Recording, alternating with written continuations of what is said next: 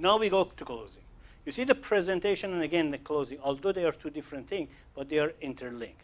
The moment you see the buying signal, you stop and ask the question. Now, the major problem with most of the salespeople is they do all of things that we discussed today. They get to this point, they don't ask. Why? Either they feel, oh, they should know that why I'm here. Or they are embarrassed, ashamed, whatever emotion goes to the head of the salesperson. For instance, if you look at the commercials on TV, especially those infomercials, half an hour, they show you a card, they show you a knife, they show you this, they show you the foreman's grill, and they show how you can get the oil out, how clean is that, how juicy is your burger is, how fast it is, how you save the time, all of this that we discussed. At the end, if there was no need for asking, why do they say call now? You're an intelligent person, you know they are selling the foremans. Because human mind respond to action and positive action better than just let the decision for himself or herself. Especially out of the 4 characteristics we talk about, 3 of them are not really ready to make decision. Yeah. So, closing, what does the closing mean? Closing is collective action of the salesperson takes to encourage a progressive customer to buy within the sales process. So all of these things that we said comes to the closing, okay? Which I said that is not the end of the game, but it is a closing, by the way. As I said, some sales cycle is 1 minute, some sales cycle 1 month. Closing from the beginning it starts. You have to listen, watch it for that. Now, how we close? Choosing of the closing method. There are a number of the methods you can close. There are maybe about a dozen of them, at least, that I know of. But it doesn't mean that you have to know all of the 12 dozen of them. You need 1 or 2 that matches your personality.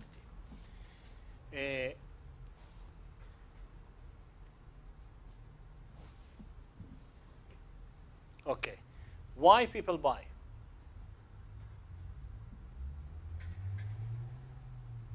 We discussed that. We said need doesn't need salespeople. Want, on the other hand, needs salespeople. But why people buy?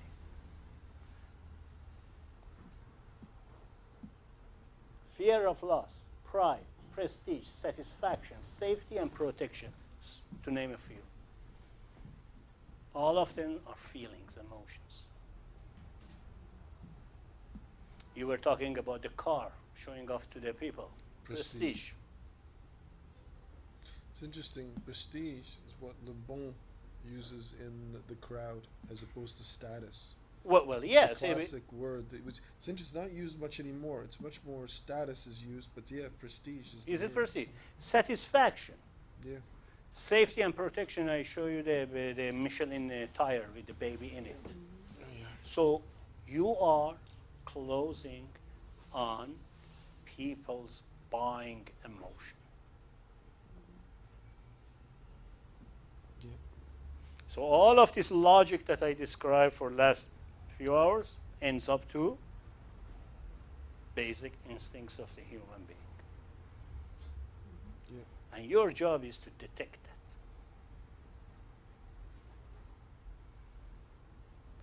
Closer we probe for customers' motive and adopt their language to respond accordingly. The bottom line.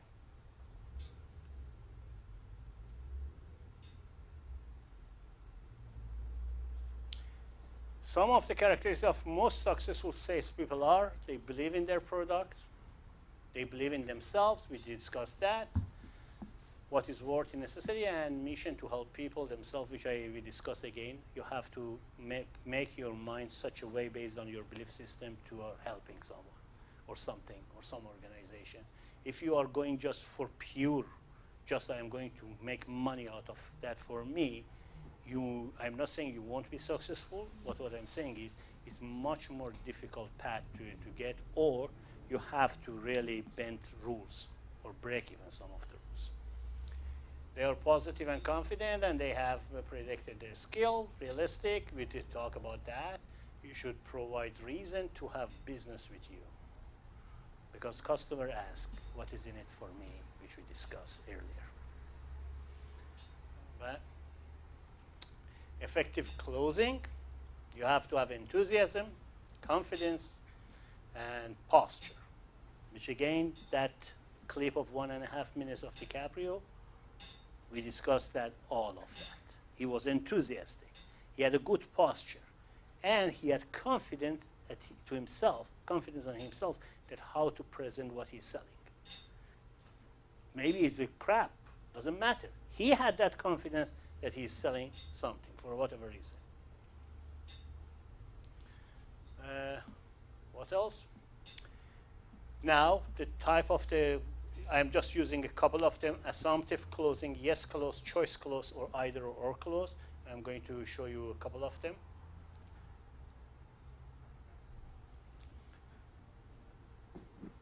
These are, as you see, more than a dozen type of the close.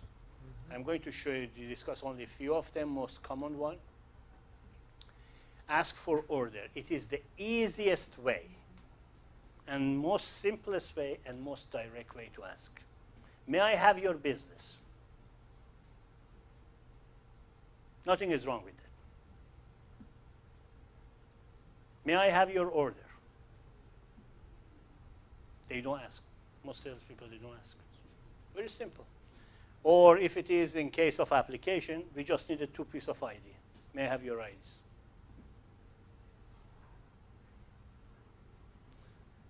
Yes, yes, close. You ask a couple questions at the end of the presentation. So, John, do you agree that this service could benefit your company? Do you agree this? You put a couple yes and say, so. Can I have your business? Or not, okay. May I have your authorization? Avoid using the word signature. Authorization. Okay, cool. Your endorsement. Yeah, that's a good May I one. have your John Hack, John. Okay. My colleague, John Hancock. John Hancock, yeah.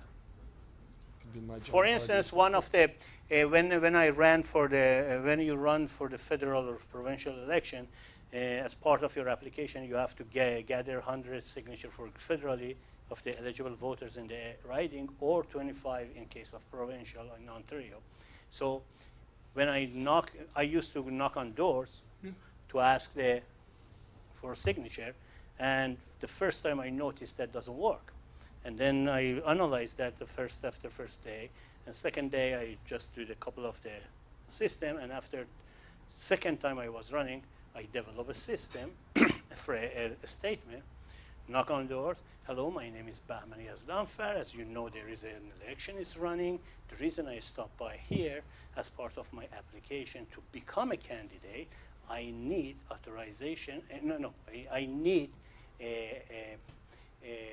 what was that? I forgot my phone first.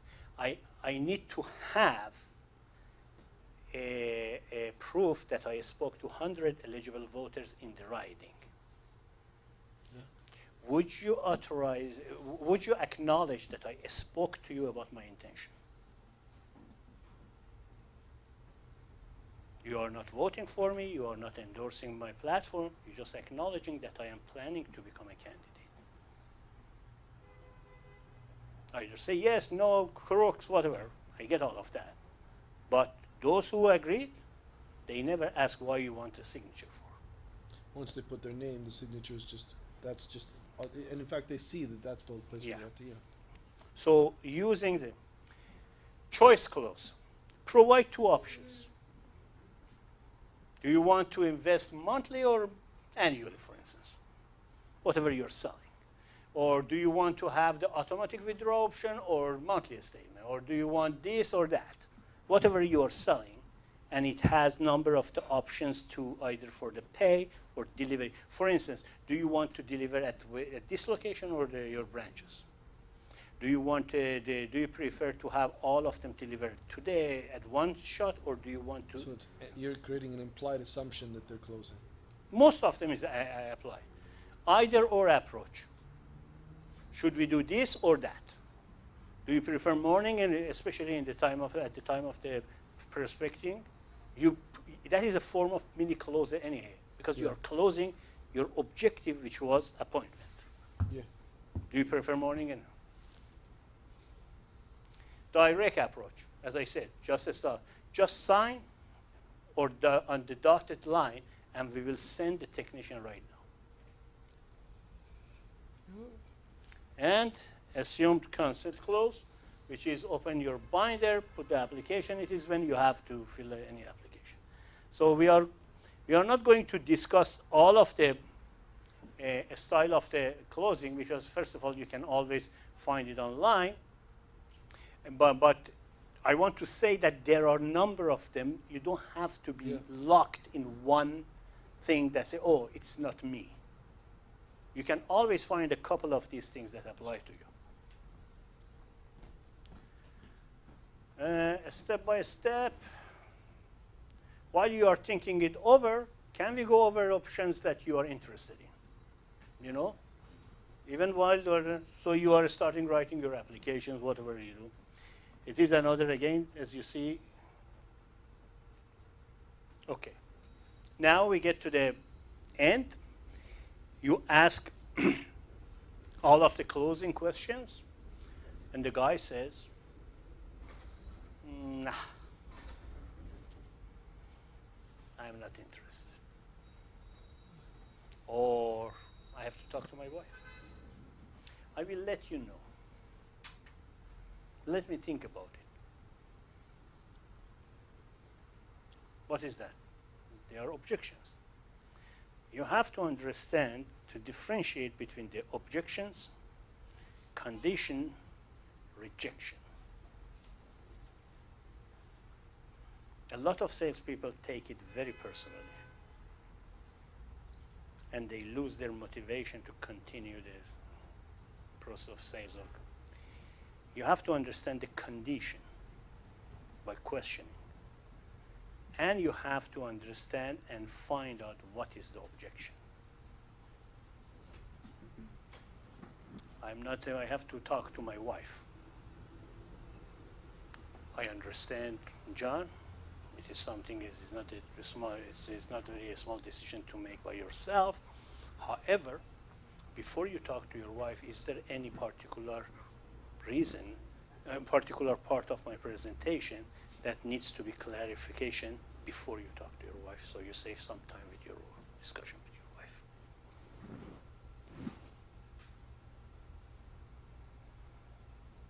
So at least then you suck it out in case. You try to find out the reason. And what is the reason? What are two main reasons that they don't buy from you? Huh? They can't afford it, really. Can't afford it or They don't won't want afford to put their money into that thing. Why is that? First, the main reasons that they don't buy it, either they are not willing or they are not able, which we discussed. So that means you have either Clearly, you have, we already know they're able. but you know, if you know that, then you want to find out the real reason. Maybe they are not decision makers, so you made a mistake in the beginning of your prospecting. Everything comes back to you.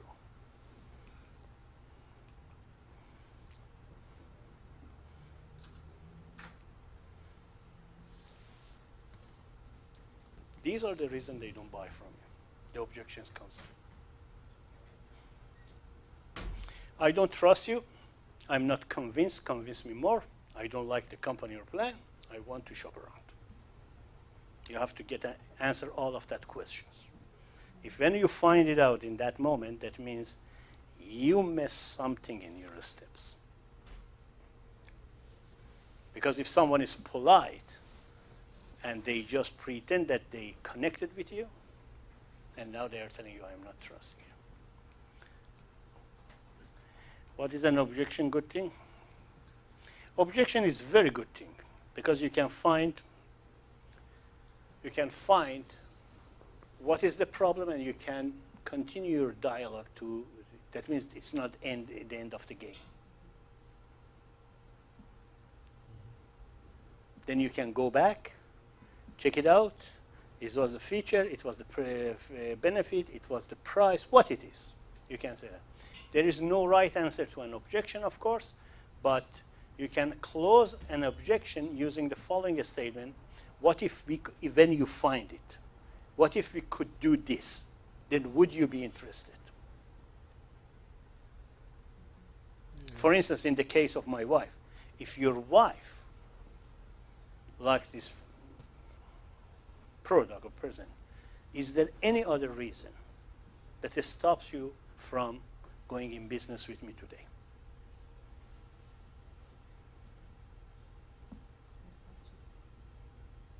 And by the way, at the beginning when I was talking about prospecting, decision makers, you never present something that has two decision makers. Has to do Two, what?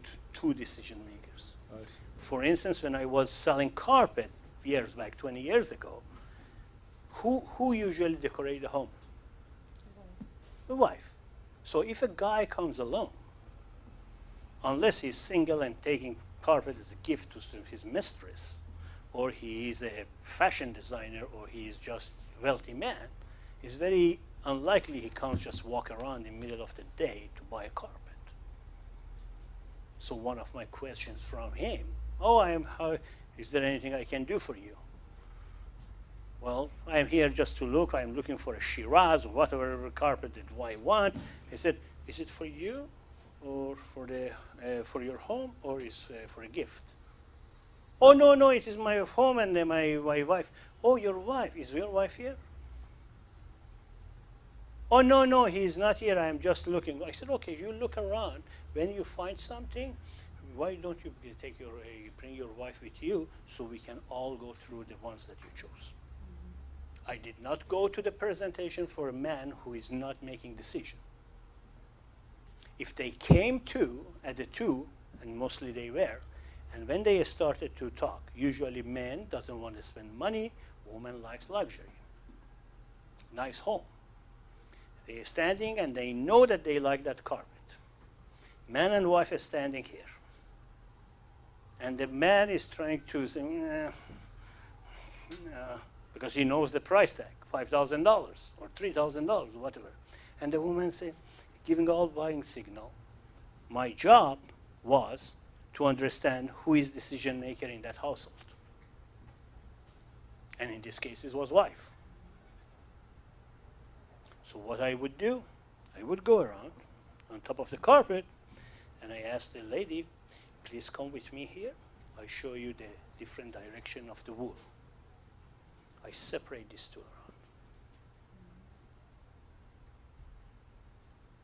And I'm standing with wife. You see, this side is lighter.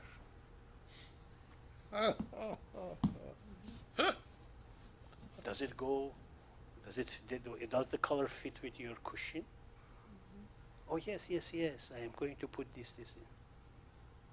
Listen, I like you and I like your taste. If you make a decision today, I can give you a couple $100 discount. The man is out of the picture. Why? Because he's not decision maker. He's interrupter. So when you are dealing with the sales, you have to find the decision maker. So objections are simply unasked and unanswered question. Either you did not provide it, or they didn't ask. Somehow something did not click. And turn the objection into question, of course, which I discussed that already. Watch the buying signal again. Be careful. There is a fine line between handling an objection and forcing a client. That is the term pushy salesman comes around. Pushy salesman is tries to push the sale rather than find an objection or handle it. Objection, condition changes, rejection, brush offs, and a stall. Your job as a salesperson, if you get to this stage and ask for sale, and if you do not get answer, you have to differentiate between all of this. Objection, you have to find out what is the objection. Money, time, who is the decision maker. Condition changes.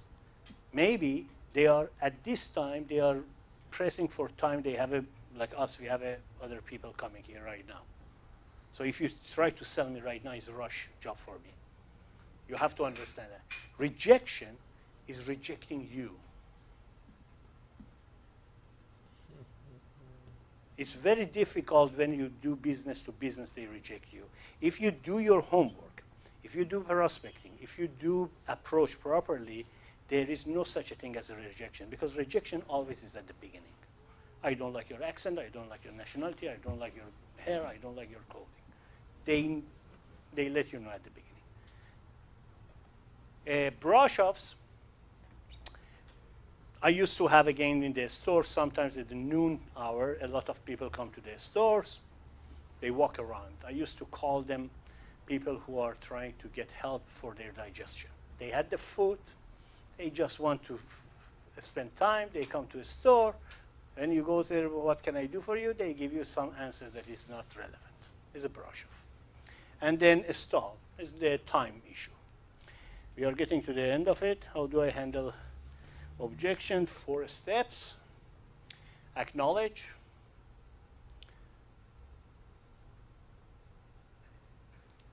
Reiterate.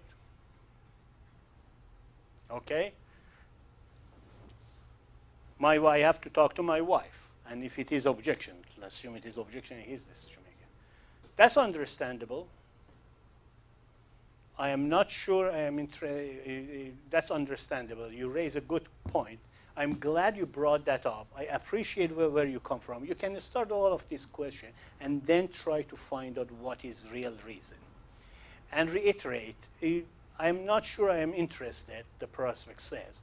I can understand that and acknowledge what they said or steps. And it is hard to be interested in something you haven't tried, let's say.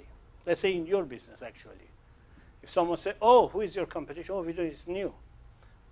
Why should I do that? I don't know if it works. I understand it is new. And then you, again, go to your benefits and repeat your benefits again. Or give a guarantee that you don't lose anything by trying that. Yeah, no, absolutely. Absolutely. It's hard Yeah. to introduce something new. That's So, for sure. but also too, this And- way you always have it ready. So there's things you would anticipate. These are the typical things. Because you've done it enough times, there's no emotional response. It's just bang. You just go into Oh, the answer. we are at the end. I am just going to this slide, and then we have to finish because they are starting a movie. Reinforce the benefit, which I told you, which I said that earlier, and close again. So acknowledge again, provide a solution again, and then reinforce the benefit again, and then again go for the close. And So you're always looping back. Ruben, you never leave a sales presentation with minimum less than 3 times closing. Discover, okay, these are the, again, we discussed that, most of that. These are some examples which I brought to you. And arrogance versus confidence. Some people come across arrogant, or some people come confident. There's a fine line between these two. I can come across very arrogant, but it takes a person's knowledge to define if I am doing it based on my confidence or based on my arrogance. Arrogance is when you try to push something that you did not give an answer. Confidence is when you provide a solution and you're sure about what you're talking about, and they cannot find any fault in they just try to brush it off. You come across I was confidence. thinking though, there's another aspect of it too. was just thinking almost like, but go ahead. No, go ahead. And I was thinking that it's almost like, when they were comparing, like in Chi and Tai Chi, they talk about fire Chi and they talk about water Chi, right? Mhm. Fire Chi is what we normally think of as intense energy, right? Mhm. Water Chi is this water energy, which is unmovable, continuous force, right? Okay. Confidence is more like the water Chi, right? It doesn't Yeah, have you that. can. So that, in other words, if you're that way, Mhm. it's very rarely going to be taken for arrogance. Again, that comes to the mind of the person who perceives you. No, but even still, No, I they're understand not that. going to experience. Well, what I'm saying is, persistent if you go across and you get 10 people out of 10 people, 9 people say you're arrogant, then something is wrong in your presentation. It doesn't mean that you are arrogant, but something is wrong in your presentation. Or you're conveying it somehow. Yeah. But usually what it does, it's cockiness. Well, It yeah. has to do with you personally. In other words, when someone's coming across as arrogant, Yeah. it has to do with not their focus tends to be on themselves versus on what they're selling, right? Arrogant people, it's saying, I'm the greatest, so buy this from me.